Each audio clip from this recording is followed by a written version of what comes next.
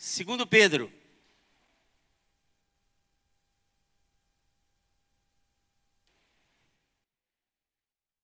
Segundo livro de Pedro.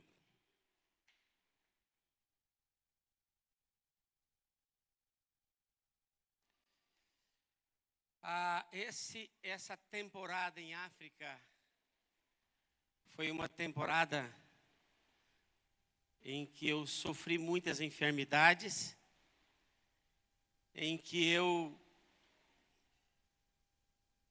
sepultei um dos melhores amigos que eu tive na minha vida, Pastor Caetano. Eu não sei se ele já esteve aqui, não sei se vocês se lembram dele, mas foi um período em que eu passei muitas malárias fortes, salmonela junto com a malária, febre tifoide. Eu tive 3 crises muito delicadas, e então foi um período difícil, e a cabeça cada vez ficando mais branca, caindo mais cabelo, e eu fui, querendo ou não querendo, eu fui vendo sinais do fim da vida. Você está ficando velho. Houve um período que nós passamos muito delicado, irmãos, de tudo escurece, nós caímos no chão. O Fabiano que começou esse período. Eu pensei que era mãe quando ele chegava perto da mãe, e fui ficar perto dele e quase não pude segurá-lo porque ele era muito grande. Ele fechava os olhos, virava os olhos e caía. E aquilo para mim foi muito dolorido, mas muito. Sem uma proteção física de médicos e tudo aquilo. E nós corremos com o Fabiano. Depois Sônia teve algumas crises menores, e as minhas foi bem intensa, muito intensa mesmo, aonde eu passei por situações que eu nunca passei, e a coisa era volta, não volta, e como é que vai ficar tudo isso? E Deus nos guardou. Foram 3 crises marcantes, profundas. E então eu já saí daqui de Belém com o sentimento de parar. Fui para minha chácara, onde Deus deu. E havia um sentimento de aposentadoria, de ficar mais quieto. Mas contra ainda aquilo que eu sentia, eu ainda fui à África. E as consequências foram consequências bem difíceis fisicamente. E num belo dia eu estava lendo a minha Bíblia. Eu estou contando bem o contexto para vocês entenderem. Na hora silenciosa. Depois de 15 dias em Angola, menos de 15, nós fomos expulsos por aqueles irmãos que nos haviam nos convidado, nos convocado a voltar em Moçambique. E tudo aquilo que foi prometido a nós, toda aquela segurança que, entre aspas, nos foi dada, foi tirada. E aqueles mesmos irmãos, aquele grupo do presbitério que tinha escrito uma carta, que eu andava com ela em mãos, porque eu tinha medo que isso acontecesse, então eu queria uma garantia. Assim que eu cheguei, disse: mas e a carta que os irmãos escreveram, me convidando? Nós temos aqui outra escrita, dizendo que aqui não é o seu lugar. A resposta foi essa. Então, ajuntando todos esses problemas, uma expulsão, uma rejeição frontal, levantou-se toda a igreja a trabalhar contra nós, dizendo que éramos brasileiros, que éramos brancos, e coisas são ditas nesse período, nesses países que vocês não imaginam. E nós ficamos então sem saber o que fazer. Foi aí que eu procurei o pastor Caetano, e já estava unido com ele. E eu disse: nós vamos trabalhar nos interiores. E nós começamos então a trabalhar no interior, mas com aquele sentimento de rejeição, fraqueza. A doença veio, e aí ficou mais difícil. E nessa conjuntura, nessa soma de momentos difíceis, você pode estar passando um desse, querido. É porque certamente Deus tem algo tremendo para ti.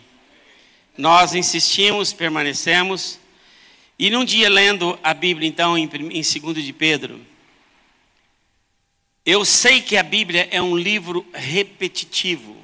Ela repete muitas verdades, muitas vezes.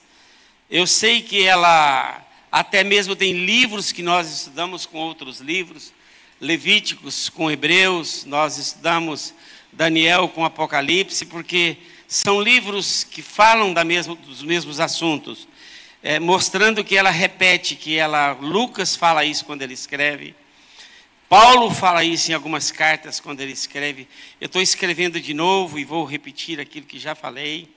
Então, eu sei que ela é repetitiva, e quando Pedro começa a segunda carta, ele diz, eu estou escrevendo aqueles que estão dispersos. A igreja estava dispersa no início, e Pedro escreve a ela e vai falar de coisas que ele já havia falado. Na segunda epístola de Pedro, capítulo 12. Por esta razão sempre estarei pronto para trazer lembranças, está vendo? Para relembrar, para falar de novo. Eu sempre vou me esforçar, sempre estarei pronto acerca dessas coisas que ele está falando, embora sejais certos da verdade. Era uma verdade que o povo sabia, mas ele precisava de repetir, de ensinar novamente. Já presente convosco e nela confirmado aquilo que eu quero passar para a igreja. Também considero justo, enquanto estou convosco neste tabernáculo, enquanto estou vivo aqui, despertar-vos com essas lembranças. E com certeza ele sentia que era a hora da partida dele, como eu senti lá em África. E antes que essa partida aconteça, eu vi o pastor Caetano morrendo. Eu só vou lembrar para os irmãos rapidamente que eu estou falando daquilo que eu tenho experimentado. Há poucos dias nós vimos a morte do Joel. E quando eu vi pedindo que Jesus o levasse, eu fiquei com meu coração bem dolorido também. Também considero justo, enquanto estou neste tabernáculo, despertar-vos com estas lembranças. Eu acho que é um dever meu, reescrever, fazer os irmãos lembrados, e ele novamente usa a palavra de lembrança, daquilo que eles já conheciam. Certo de que estou prestes a deixar o meu tabernáculo. Por isso eu falei daquilo que eu estava experimentando, de desmaios, cair, como efetivamente nosso Senhor Jesus Cristo me revelou. Deus mostrou a ele. Mas de minha parte, essa é a minha decisão, esforçar-me-ei. E eu quero que todos os irmãos que nesses dias eu tenho falado com eles, eu vou me esforçar nessa última hora, nesse último tempo, no meu tabernáculo, como efetivamente nosso Senhor Jesus Cristo me revelou. Mas eu não vou cruzar os braços. Mas de minha parte, esforçar-me-ei diligentemente, olha a diligência de novo, por fazer que eu, a todo tempo, mesmo depois da minha partida, conserveis lembrança de tudo. Novamente lembrança. Eu sinto, eu não posso parar. Eu vou lutar até o fim diligentemente para fazê-los lembrar. Há momentos que quando eu estou estudando a Escritura, eu fecho a Bíblia. Eu acho que a verdade é tão grande, é tão forte, que eu não consigo às vezes suportá-la. E esse foi um momento em que eu fechei a Bíblia. E eu disse, Deus, eu sei que o Senhor está falando comigo, mas eu não consigo absorver e abraçar. É muito além daquilo que eu posso aguentar. O pano de fundo, tudo estava corroborando para esse aviso que Deus estava me dando. Chegou a sua hora. E às vezes ver a Sônia tropeçar, e as pernas bambeiam às vezes, e a gente brinca muito quando um cai, e isso tornou minha casa é só risada, porque normalmente um de nós dois está caindo. Caindo aqui, escorrega ali, tropeça lá e vai e cai. Estou bem melhor agora, irmão. Sou bem joia mesmo. Fortalecido, mas diligentemente eu quero me esforçar.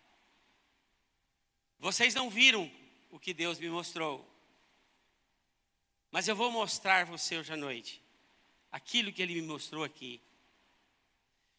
Ele diz assim: eu vou tentar todos os meios possíveis. Eu estou escrevendo essa carta e eu vou, nessa escrita, tentar fazer vocês lembrarem. Mas havia algo que ele falou, que saiu do meu entendimento. E eu quero que vocês lembrem de tudo, quero que vocês recordem tudo. Aí você pode lembrar de Deuteronômio 6, quando os pais estão ensinando os filhos. Mas eu vou tentar.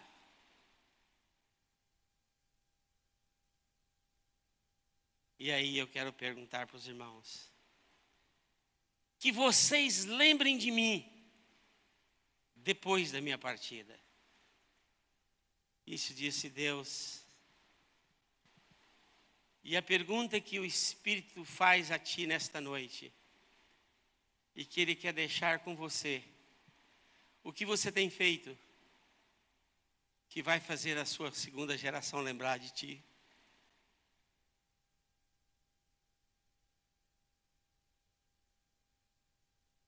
Escrever uma carta, recordar um princípio, fazer um desenho, fazer algo.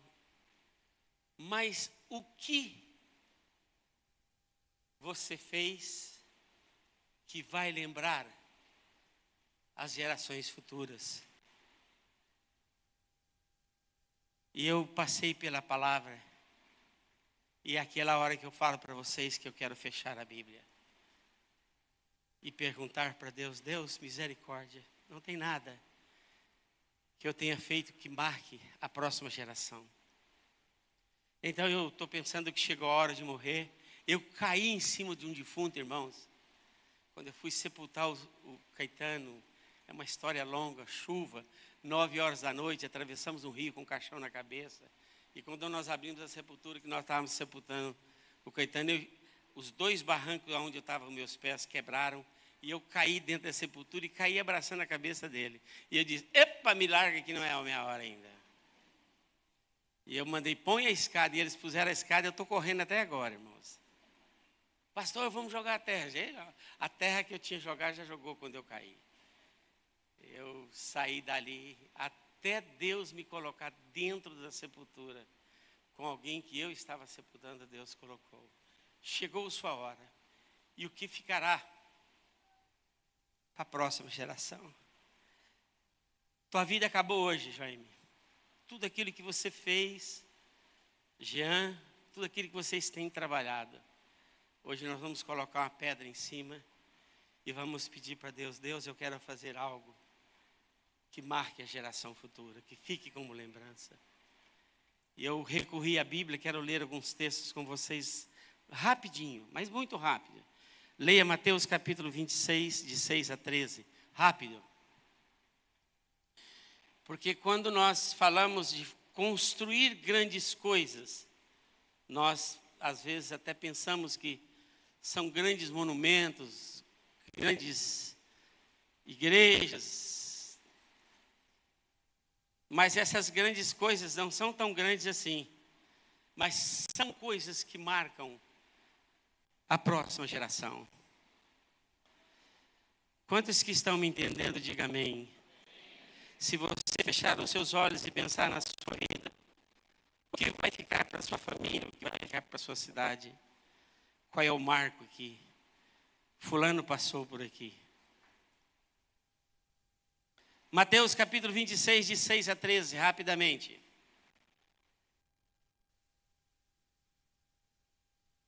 Você não vai construir uma coisa para ficar para a próxima geração desse jeito, irmãos. Hoje eu orei muito, sabia? Eu orei muito na hora do louvor. Nós temos um grupo de pastores aqui, mas nenhum veio aqui na frente profetizar. Esses homens não vão alcançar, irmãos, eu quero te ajudar. É muito mais daquilo que você pensa, que você imagina. Não se marca a próxima geração com os braços cruzados. Não se marca. Pode ler, irmão.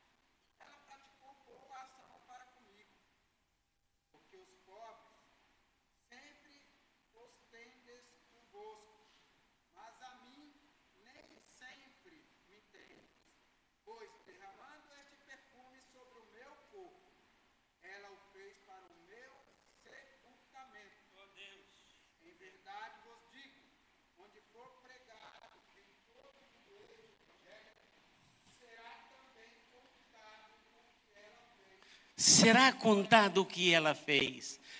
Gilmar, fica de pé, vamos curtir a palavra. Diga hoje, 2000 e poucos anos, Senhor Jesus, a sua palavra se cumpre. Está sendo dito o que aquela mulher fez. Ela marcou as gerações. 2000 anos e pouco. Nós lemos agora algo que uma mulher criticada, impedida de fazer aquilo que ela queria, Jesus. Aonde for pregado esse evangelho, essa mulher marcou as gerações.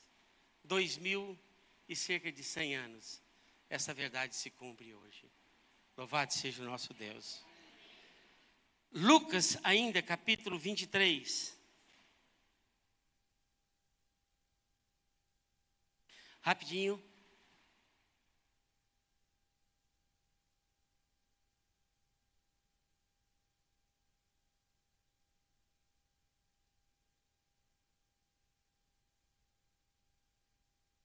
Pode ler capítulo 23 de Lucas, versículo 26. A partir de 26.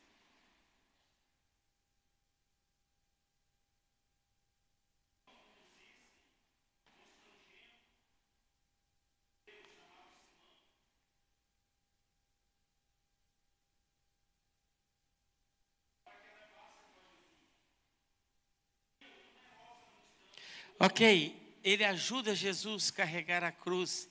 E eu não sei por que cargas d'água esse homem passou ali naquela hora. Nunca mais eu ouvi falar dele. Nunca anteriormente eu ouvira falar dele. Mas eu sei que esse homem, na vida dele, ele carregou a cruz com Jesus. E agora eu posso ler isso. E ele marcou as gerações. Num segundo, ele carrega a cruz com Jesus. Eu fico pensando, não ouço mais nada dele. Não sei o que foi feito dele. Mas eu sei que a Bíblia diz sobre ele, que ele ajudou Jesus. Quantos minutos eu não sei, quanto tempo eu não sei. O que eu quero dizer para você é que fazer algo que marca as gerações futuras não são coisas tão grandes quanto muitas vezes você pode pensar. De fazer um monumento, ou fazer isso ou aquilo. Quantos minutos esse homem ficou junto de Jesus? Não sei. Só diz que ele ajudou Jesus a carregar a cruz. Lucas ainda 24.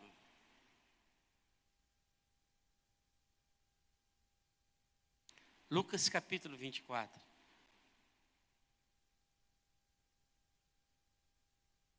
Mais uma pessoa que num segundo, ela marca de tal forma que 2000 anos depois essa verdade tão pequenininha é repetida vez após vez na igreja do Senhor Jesus. Lucas 21, de 1 a 4, rapidamente.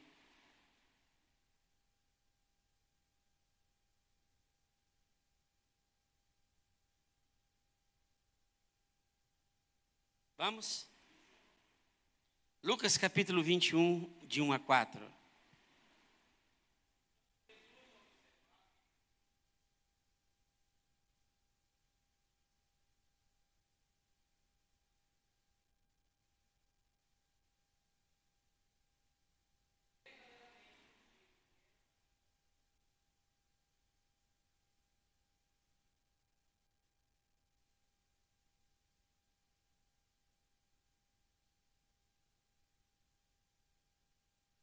Quantas vezes você ouviu esse texto, Salim?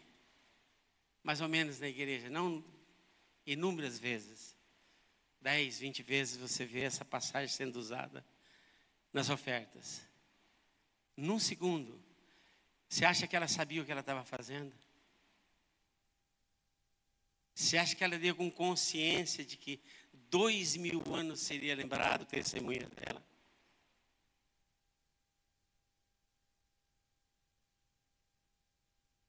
Você acha que o Sirineu sabia que iria ajudar a carregar a cruz, que ele passou ali e falou, passar por aqui, que vou dar uma ajudinha em Jesus? Você acha que ele sabia? E eu quero que o Espírito Santo me ajude, na hora certa, no momento certo, no lugar certo, com a atitude certa, eu possa fazer algo que marque a vida, o ministério do Senhor Jesus. Quero mesmo, irmãos, quero mesmo. E eu quero estar atento, porque no momento, e eu creio já, como ela não sabia que ela é viúva, ela devia estar abatida, sem dinheiro, foi para a igreja, pegou as únicas moedas. Eu não acho que ela estava muito feliz naquele dia. E eu não sei se o Sirineu agradeceu, obrigado porque vocês estão fazendo isso. Acho que não. Deus nos apanha naqueles momentos mais difíceis. Esteja atento, irmão. Você pode marcar a próxima geração. Só que eu não quero viver uma vida barata, de cruzar os braços. Irmãos, por amor a Jesus. Eu não estou aqui para brincar. Eu quero ser um membro de uma igreja que fica em casa e escute aquilo que está acontecendo no meio do povo de Deus. Eu não quero. De todo o meu coração. Estou falando de vocês de uma experiência que eu vivi, que eu provei, mas eu estou vendo que os nossos filhos, muitos que dançam não estão aqui, muitos que profetizam não estão aqui, e nós estamos começando um novo tempo. A Esther veio, acho que ela veio de manhã, eu pedi ajuda para a Esther, e eu preciso de mais 2 pessoas, mas eu não vou procurar uma pessoa. Eu só pedi para o pastor Fabiano, não põe ninguém lá em cima que você liga para ele, que você telefone para ele, mas aqueles que sentirem vontade de entrar num novo estilo de vida, de marcar uma geração. Obrigado, Senhor Jesus, pela vida de Paulo. Eu vou me esforçar para fazer isso enquanto eu estiver vivo. Eu vou fazer tudo o que eu posso. Eu vou trabalhar, vou dedicar, vou escrever cartas. 2 vezes a palavra lembrar. Mas eu ainda quero algo. Eu quero fazer algo que vocês lembrem de mim, que eu amei servir Jesus. Graças a Deus. Com certeza ele não sabia que a carta dele seria colocada na Bíblia. E hoje está colocado o 1º e 2º de Pedro. E nós podemos ser muito edificados com aquilo. Ele ainda hoje, mesmo que ele tenha partido, ele deixou para nós. Eu quero compor, já fiz isso, mas eu quero mais. Eu quero marcar a próxima geração. E aí eu tive que lembrar.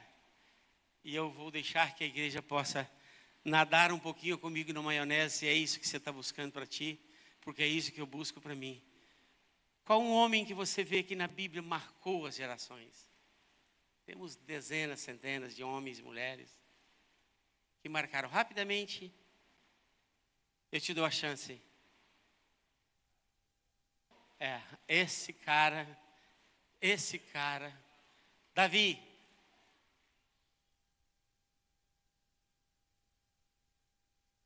José do Egito. Abraão. Quem?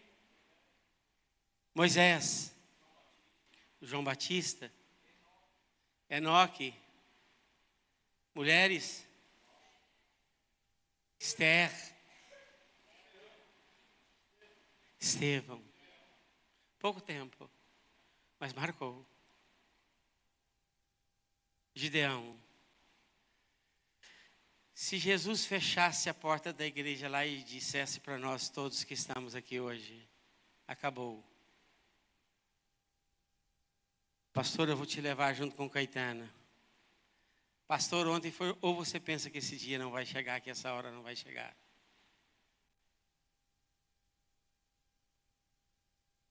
A velhice é uma das coisas mais duras que um ser humano pode enfrentar. Se ele não souber que ele está sendo transferido para a glória, para o descanso, para um novo corpo, para uma nova vida com o Senhor Jesus. Mas basta você entrar no carro, a pessoa fala, não, deixa que eu dirijo. Esse deixa que eu não dirijo, não, você está velho, está cansado, deixa que eu faço. Aí você vai fazer uma coisa, alguém pega e te dá. E as pessoas sem saber vão anulando você, até o ponto que você vai para a cadeira de roda, vai ter que ser levada para o banheiro. E não tem outro jeito, meu irmão. Não vai mudar. Com você não vai ser diferente. E as pessoas não fazem isso por maldade. Eles fazem isso para ajudar. Ajudar quem? Ajudar quem? Eu quero ouvir alto. Ajudar quem? O velhinho.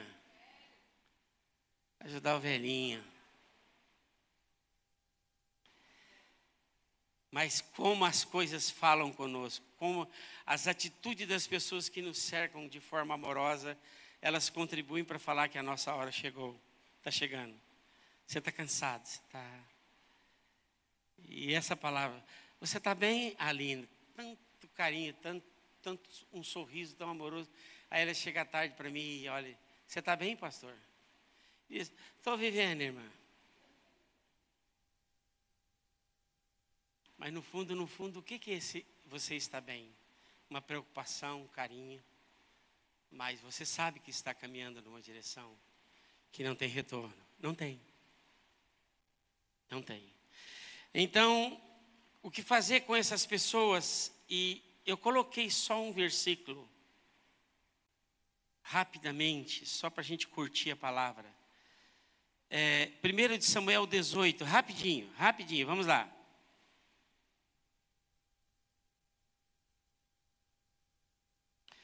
1 Samuel 18, de 12 a 14. Rápido. Já leram?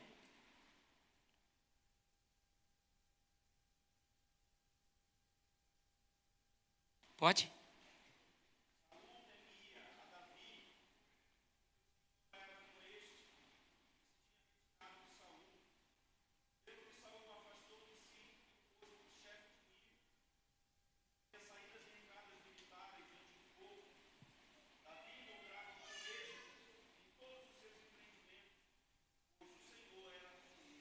Aleluia.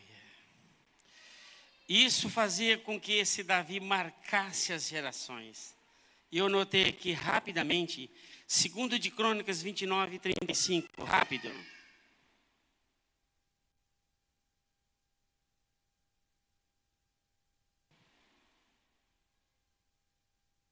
Já leram? 2 de Crônicas 29, 35. Ezequias. Aquele que nós caiu nas costas dele.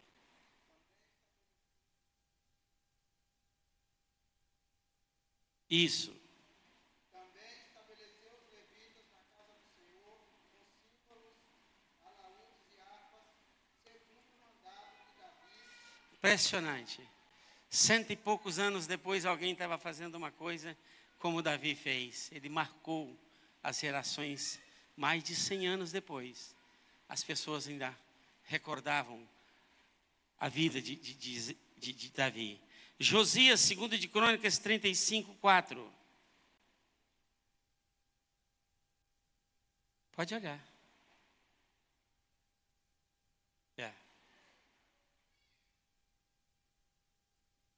Ezequias, 320 anos depois. 320 anos depois, ele ainda estava sendo influenciado pelo ministério de Davi. Josias, Já leram? Segundo de Crônicas 35, 4.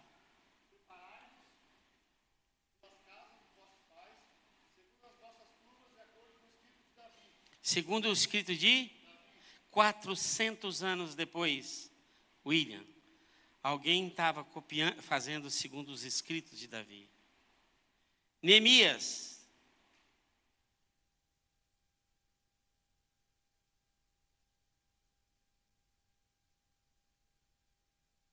Vamos, Neemias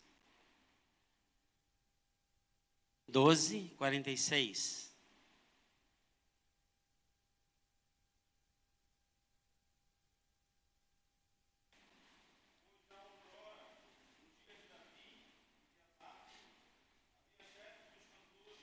Repetindo aquilo que fez Davi e Asaf, 541 anos depois da morte de Davi.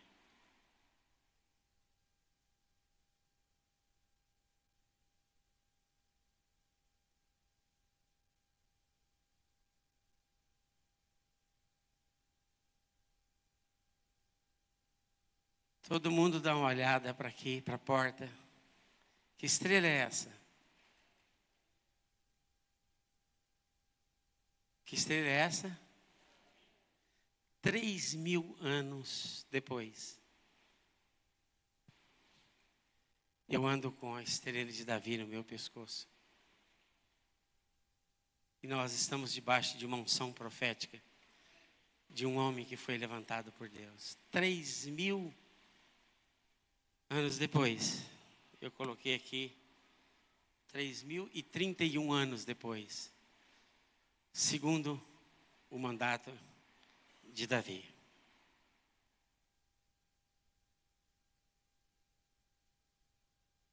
Por que eu coloquei aqui? Eu chorei muito. E se eu falar tudo o que quero falar, e eu lembrei de homens que amaldiçoaram, que não foram bênção. Não sei se você quer arriscar, porque eu não vou ler, mas homens que foram maldição, homens que foram tropeço, que não abençoou. Quem é que você pode lembrar? Caim, Esaú. Esse é um dos homens que mais trouxe maldições. Ele era o oposto de Davi. Ele construiu os 2 bezerros em Samaria e ele trouxe uma desgraça para Israel durante várias gerações. Acã levou o povo à derrota. Acabe é uma das pessoas que, até as filhas deles, filhas de Acabe, que casaram com pessoas que reinaram, amaldiçoaram o reino porque eram filhos de Acabe. Acabe foi um desastre. Talvez os 2 maiores desastres que nós temos na vida do povo de Israel tenham sido Jeroboão e Acabe.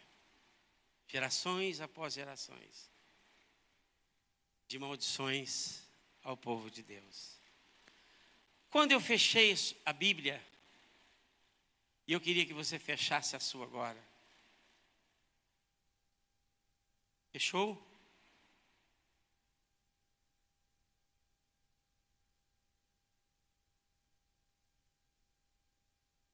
Formiga lá, irmão? Formiga lá, não? Agora eu fechei minha Bíblia depois da minha hora silenciosa. E eu lembrei de todo esse grupo de pessoas que abençoaram, que marcaram. Homens que agiram como um relâmpago. Como a mulher, como o homem que carregou a cruz.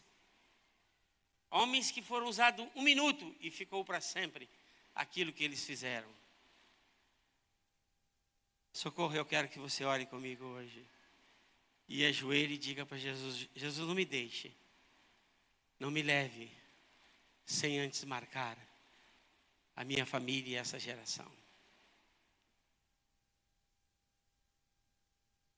Às vezes nós deixamos, nós não somos diligentes, e essa é a palavra que eu vi em Pedro algumas vezes, diligência.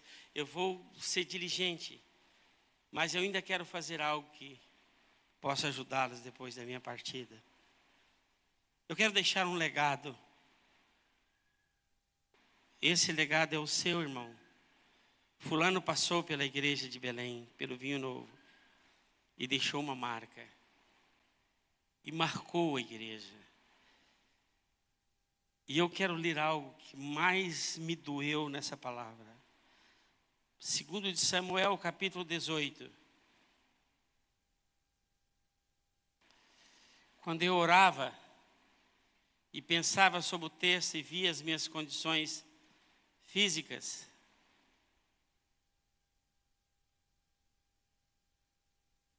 e eu desejava fazer algo que pudesse ajudar, de alguma forma, a igreja de Jesus. Eu lembrei de um homem que me fez chorar alguns dias e me faz até hoje. Segundo Samuel 18.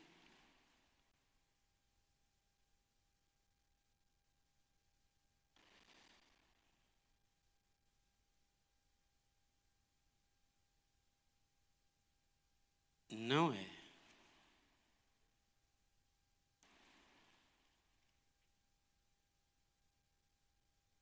Que coisa, irmãos.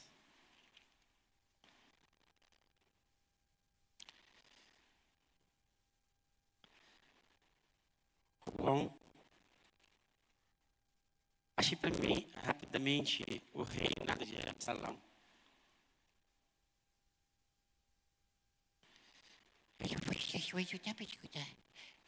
Capítulo 17? Essa geração, essa não vai ser marcada por uma voz assim.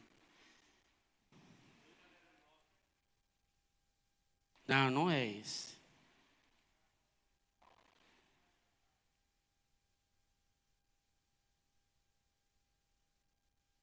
Não, é da morte dele.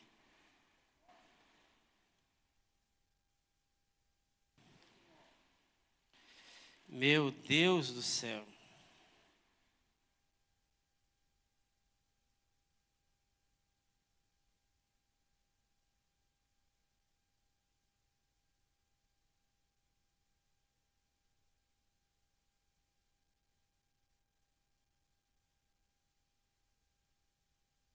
Sabe aquela convicção? Final do ministério de Absalão. Onde está?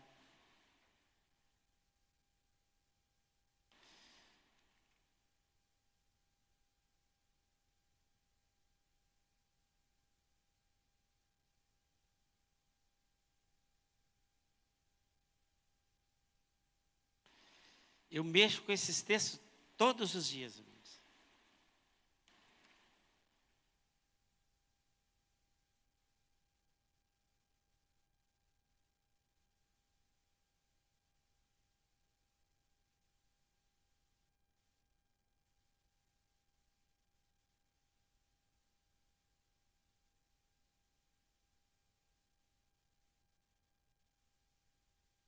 Não é possível. Ninguém de vocês acha a morte de Absalão? Quanto? Primeiro de Crônicas ou Samuel? Ah, eu estou em Crônicas, irmãos, eu estou em Crônicas. É a minha velhice. Segundo de Samuel, está certinho. Agora, eu não sei por que eu estou aqui. Segundo de Samuel, porque isso não vai acontecer nessa igreja. No nome de Jesus. Segundo Samuel 18.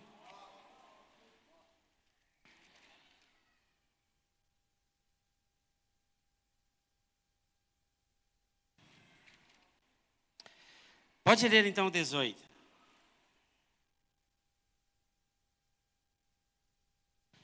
Muito forte. Quem não leu ainda, por favor. Quem veio assistir por acaso pode dar uma levantada aí só e dizer, eu quero marcar a próxima geração. Falou isso, Fernando? Forte, 18. Segundo Samuel, capítulo 18, verso 18. Absalão, quando ainda vivia, levantara para si uma coluna que está no vale do rei, porque dizia: filho nenhum tenho para conservar a memória do meu nome. E deu o seu próprio nome à coluna, pelo que até hoje se chama o monumento de Absalão. É impressionante, eu me lembro disso, eu não fui lá, mas quando eu descia aquela rua que dava em Jerusalém, alguém que estava dirigindo para mim disse: esse é o monumento de Absalão. E eu vi então ele sendo restaurado na época que ele foi restaurado, perto dos muros de Jerusalém. E eu nunca sabia por que Deus estava me mostrando aquilo naquela hora. Não me detive, não olhei muito, falei: Absalão, deixa para lá. E hoje Deus vem falar comigo nesse monumento de Absalão.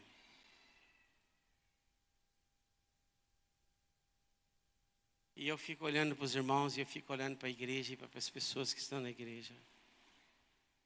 Será que você teria que levantar um monumento porque você não tem filhos? Você então não tem ninguém, não tem nenhum sucessor para seguir aquilo que você começou. E você teria que levar um monumento. Não sei onde andam seus filhos. Não sei o que eles andam fazendo. Mas eu vou te dizer, eu não quero morrer como Absalão. Teve que levantar uma estátua, porque não teve seguidor. Porque não deixou nada. Só deixou desobediência, invasão, ofensas aos pais. Agora, existe uma eternidade. E eu não sei como é que está tudo isso. E eu não sei como será o nosso julgamento quando nós vamos olhar para isso e ver. O que nós construímos? E eu pedi. E na minha igreja, eu vim correndo para ela para pedir: Jesus, eu não quero construir um monumento, porque não fiz nada, não deixei nada. Eu não quero construir uma estátua que possa lembrar a minha pessoa. Uma foto em casa, uma forma qualquer de estátua para te fazer lembrar. Willy, fica de pé. Levanta a sua mão direita e diga comigo: Senhor Jesus, eu amo muito o Senhor. Agradeço a minha salvação, a minha família. E nessa noite, eu quero pedir ao Senhor. Eu não quero construir uma estátua para que as pessoas se lembrem de mim. Eu quero deixar um legado. Eu vim a Belém para deixar um legado, que as pessoas lembrem de uma pessoa apaixonada por ti. Em nome de Jesus. Quantos que podem fazer essa oração? Quantos que estão dispostos a não, em nome de Jesus, a não construir uma estátua, a não deixar que o seu legado seja lembrado por uma estátua? E eu lembrei a hora que eles destruíram 10, 20 anos atrás a estátua de Lenin, a estátua de... Algumas pessoas foram destruídas em algumas cidades, e essas estátuas foram jogadas ao chão, pisaram, abusaram, porque eles tentaram ser lembrados. Hoje não são mais, foram pisados, massacrados, aquelas estátuas quebradas, ficaram. Mas há 3.000 anos e 31, eu passo debaixo da estrela de Davi e peço: Deus, dá a visão que o Senhor deu para ele e para mim. Não estou passando ali simplesmente por passar, não é porque é bonito, mas é porque é profético. Segundo o mandato de Davi. Pastores, eu não vou falar o nome. O que fica se você partir hoje?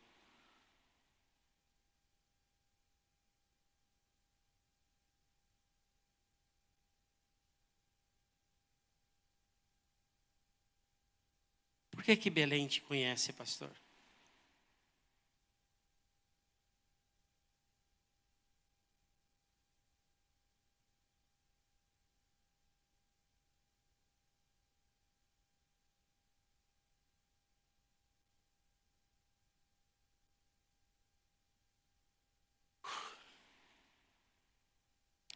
Cada um de vocês, irmãos, tem trabalhado.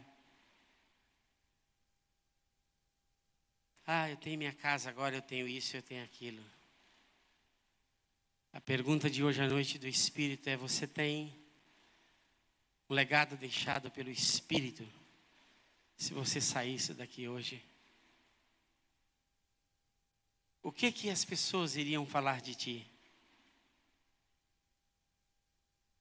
Que você é parecido com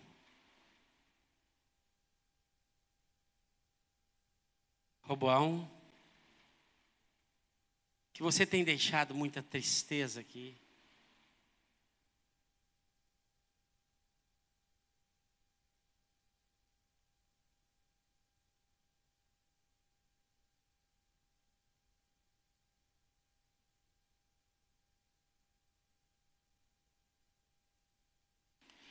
O que você tem construído com aquilo que Deus tem te dado?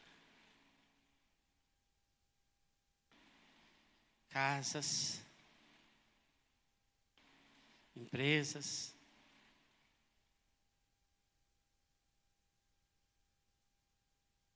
Para quem que você trabalha?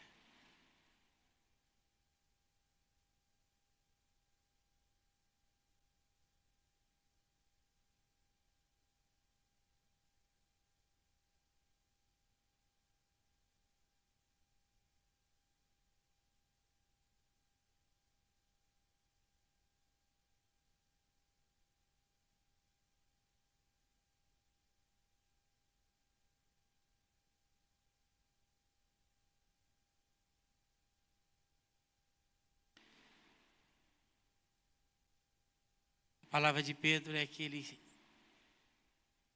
se esforçaria, seria diligente, para que mesmo quando ele partisse, Jesus fosse lembrado de uma forma diferenciada.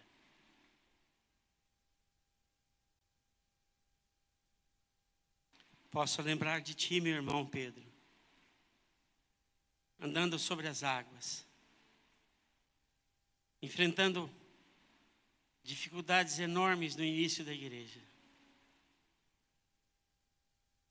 Eu posso lembrar de ti no legado que o Senhor não quis morrer como Jesus morreu.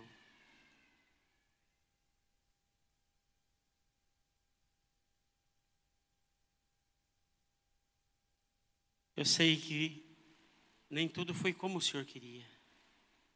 Houve erros. Eu sei que o Senhor negou. Então há chance para mim.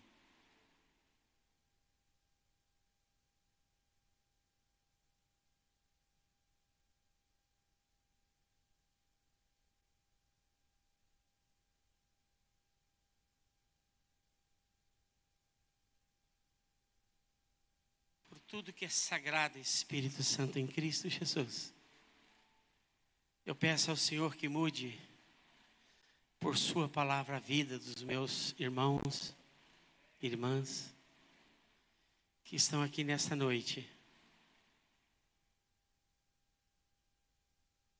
que vão lutar, que serão dirigentes no mover do teu Espírito, para deixar um legado onde eles estão, de um homem que amou Jesus, que serviu a Jesus, que dedicou a Jesus. Eu quero deixar um legado para os meus filhos.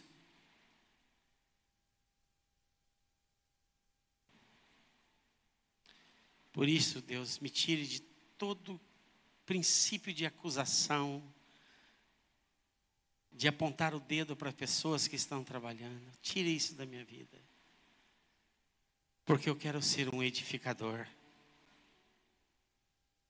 Porque eu quero ser, ó Deus, alguém dócil, cheio do óleo do teu Espírito, para animar, para alegrar, para atrair as pessoas até o Senhor.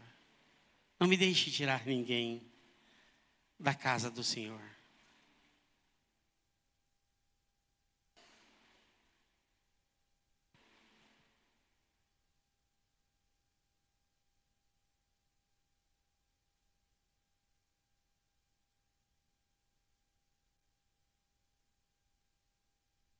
Eu te peço. E eu sei, eu vejo isso com nitidez. Que minha hora se aproxima. Mas eu não quero, Senhor, inventar, construir uma estátua por não ter para quem deixar herança, para quem.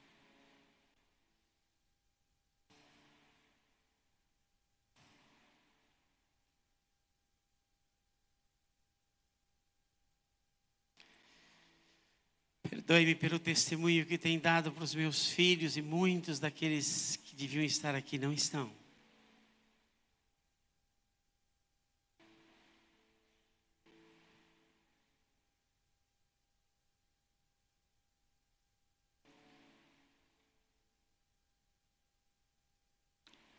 Ó Deus, eu peço ao Senhor pelos pastores da igreja que não sejam seguidores de metodologias e uma vida traçada por outros, mas que sejam homens vivos, vivificados, tocados, impulsionados, impelidos pelo Teu Espírito, na frente da igreja do Senhor. Sejam homens que deixem um legado de alguém que buscou, que orou, que creu, que trouxe à existência as coisas que não são. Obrigado, Deus, por Davi, por Estevão, por Gideão, que trouxeram pela fé, porque creram. Levanta, ó Deus, levitas assim, que creiam no impossível. Se você acredita que essa oração é para ti, meu irmão, se você quer recebê-la, fica de pé, levanta as suas mãos e diga: Deus, eis-me aqui, usa-me. Eu cantei isso hoje à noite.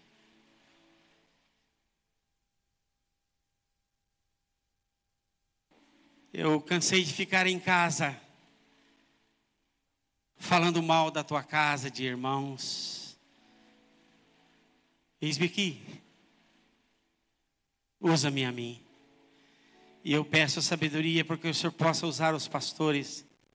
Ó Deus, encaixando cada um num lugar onde eles sejam alegres, filhos, que deixem um testemunho para as gerações, ó Deus, tão conturbadas que nos seguem hoje, Pai.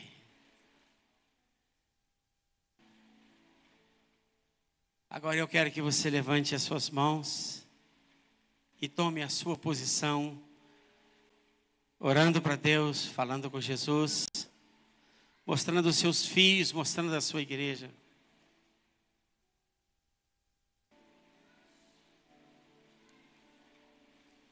Deus, eu quero ser um testemunho ali. Na escola eu quero ser um testemunho ousado, eu quero ser um testemunho que faça a diferença, Senhor.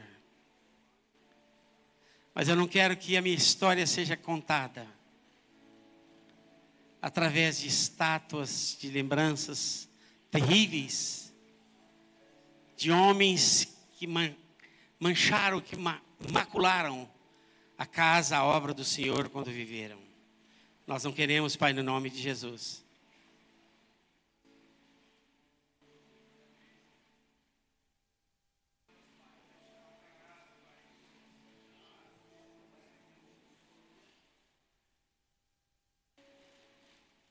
Os pastores que querem participar podem vir. Ou se você quer ainda continuar debaixo da sombra de alguém, pode ficar onde você está.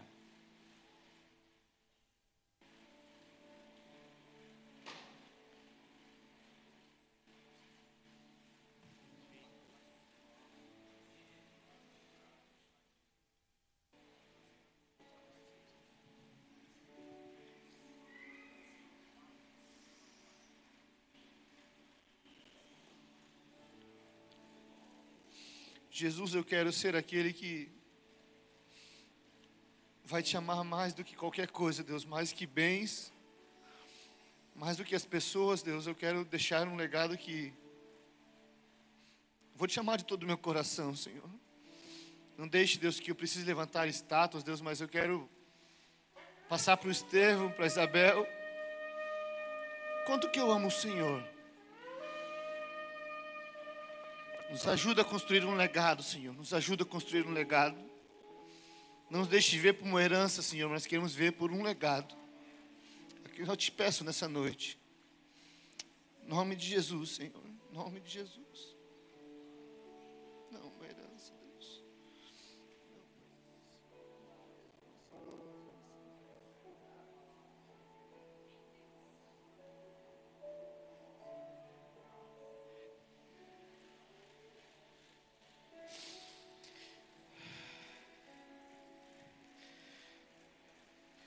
Pai, em nome de Jesus, nos ajude a deixar uma história, um legado de vida,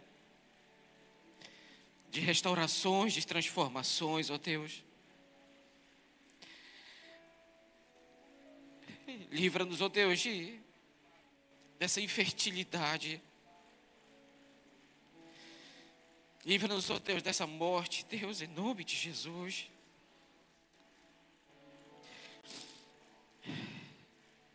Quero profetizar no nome do nosso Senhor que todos aqui deixarão um legado de vida, de amor por Ti. Um legado de amor pelo Senhor, pela Tua obra, pela Tua presença. Um legado de pessoas que foram conhecidas por Te adorarem, Jesus. Adorar o Senhor, amar o Senhor, com toda a nossa força, com todo o nosso entendimento, com toda a nossa alma. Em nome de Jesus, em nome de Jesus.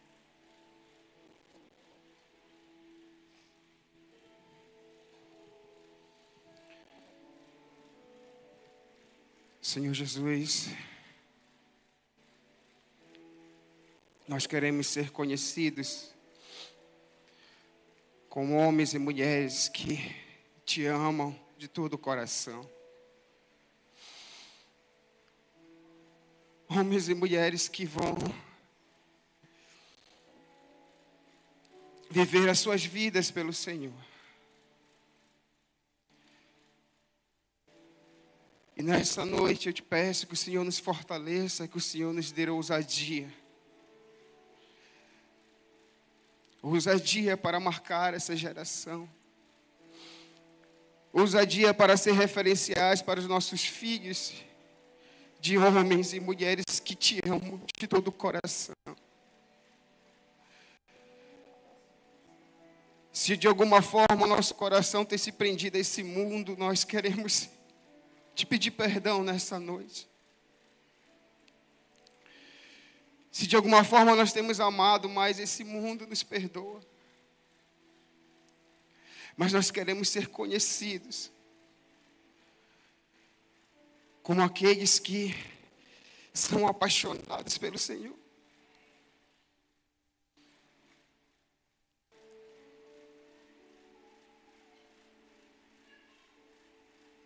Queremos deixar esse legado para essa geração. Uma geração que vai ver em nós o zelo pela Tua presença, o zelo pela Tua casa. Ah, Espírito Santo.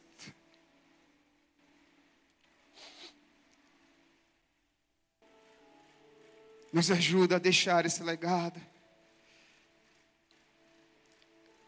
Nos ajuda a continuar profetizando sobre Belém, sobre o estado do Pará.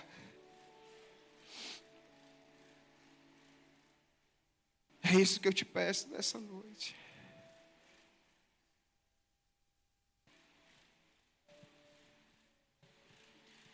Pai, eu oro hoje nessa noite pela Tua igreja. Muitos como eu aqui já cometeram tantos erros no passado e Deixamos um legado errado em algum momento, em alguma circunstância, Pai. Mas abra os olhos espirituais da tua igreja nessa noite para ver que nunca é tarde para recomeçar. Que tu és um Deus de um novo tempo, um Deus de novo começo, tu és um Deus de uma nova história. Tu és o Deus que reescreve a história, que muda destinos, que muda a história. Tu és o Deus que faz, tu és o Deus que do nada fez tudo, tu és o Deus do impossível. E eu te peço nessa noite, Pai, fecha os ouvidos da tua igreja para ouvir as mentiras de Satanás, que tem dito que já passou, que acabou, que não dá mais, que o meu tempo passou. Mas levanta neste lugar uma igreja apaixonada, disposta a começar do zero se for preciso, fazer o que for preciso, mas marcar essa geração que ainda na sua velhice dê frutos, que na sua juventude sonhe, que na sua mocidade traga palavras proféticas, traga um avivamento, traga uma marca para essa geração, Pai. Fecha, Pai, eu te peço os ouvidos da tua igreja para as mentiras de Satanás, dizendo que passou, que o que eles fizeram não tem mais conserto. Ah, Pai,